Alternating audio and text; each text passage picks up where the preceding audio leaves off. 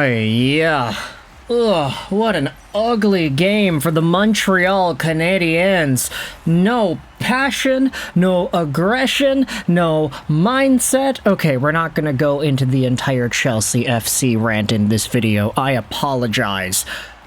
But there were some comments that I thought were interesting after the Canadiens lost Game 1 against Buffalo 4-2.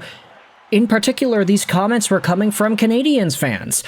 I used a lot of my time whilst watching this Canadiens and Sabres Game 1, reading the Habs subreddit, just kind of getting a feel for what Canadiens fans were thinking and saying about the game. Obviously, I'm watching it myself, I'm forming my own opinions, but I want to see what the fan base has to say and what their general consensus seems to be.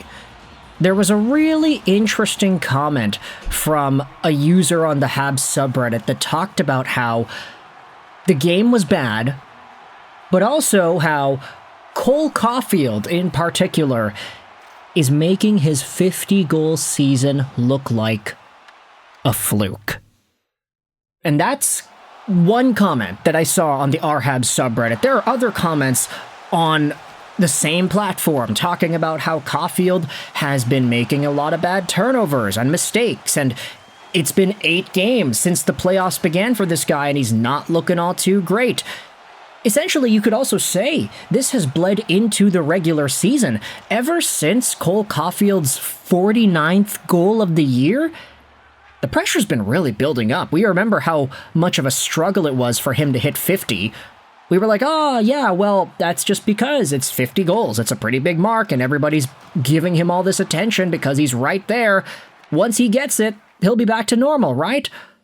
Well, he reached 51. He's played 8 games in the playoffs. He's not back to normal. He is not looking like himself.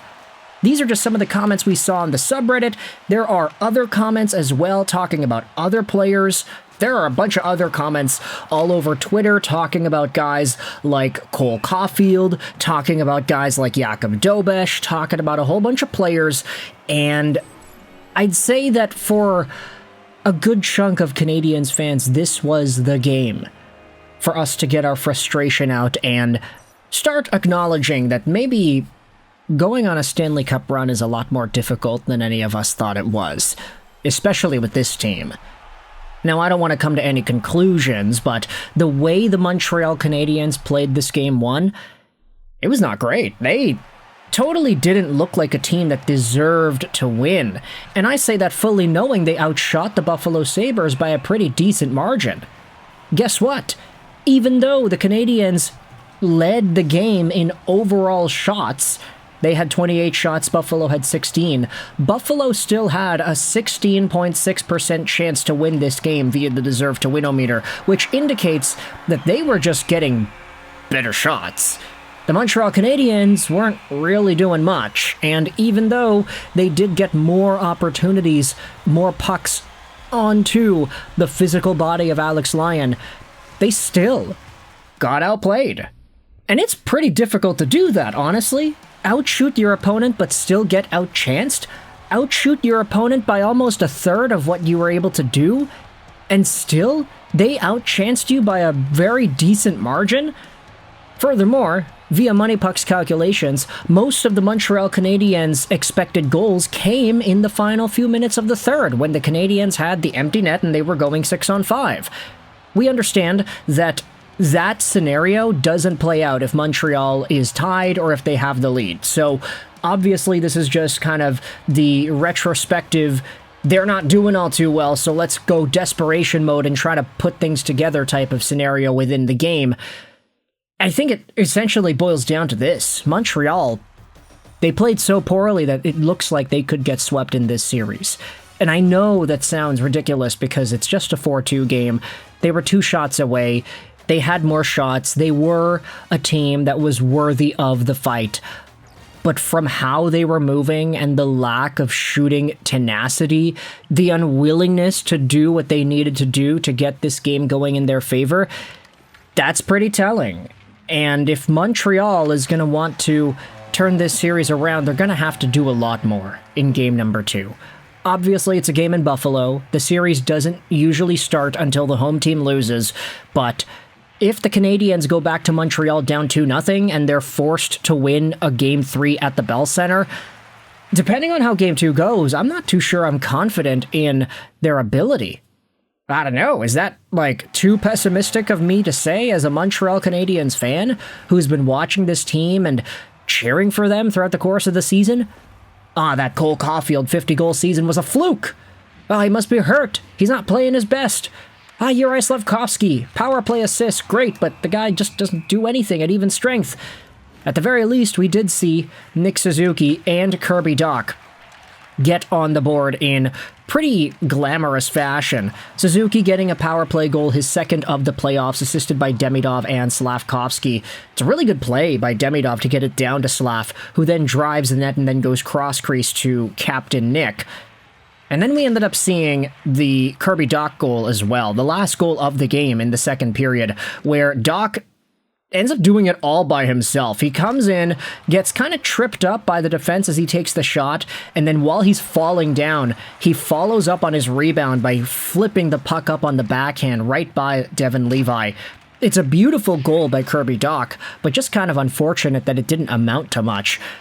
Meanwhile, the Buffalo Sabres, they got 4 in this game. It all started pretty quickly with Josh Doan. Lane Hutson takes a spill at the boards in between the benches. He falls down. It leads to a 2-on-1. Zach Benson drags, and then he goes right across to Josh Doan. It's a really beautiful play.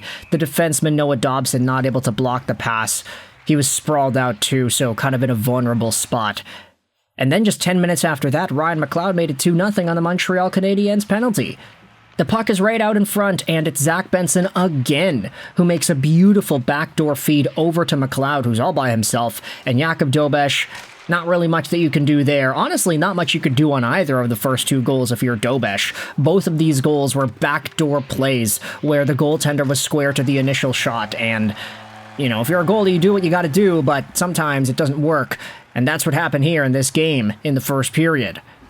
In the second period, this is where Jordan Greenway really opened things up. He makes it 3-1 Buffalo off of a very unfortunate play from Alexandre Carrier.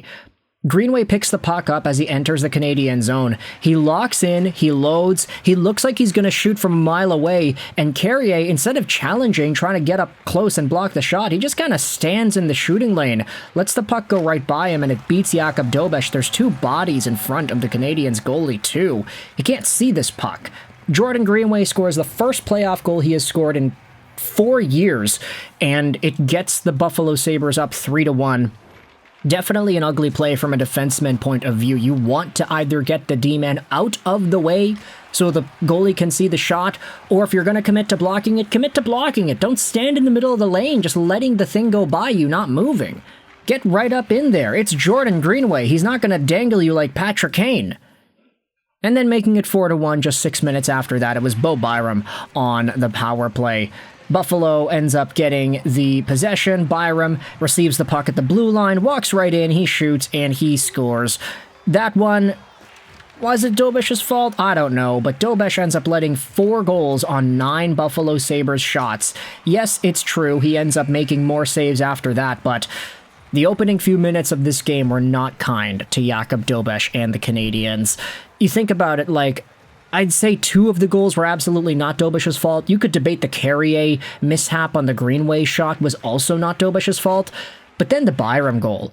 Dobes is looking over the shoulder on his left side, and the puck comes onto the right. He's leaning so far left that it opens up a really nice pocket of space for Bowen Byram to just fire it right in. That's his 4th goal of the playoffs, too. Bowen Byram's looking like a monster. This is a guy who wants his 2nd Stanley Cup.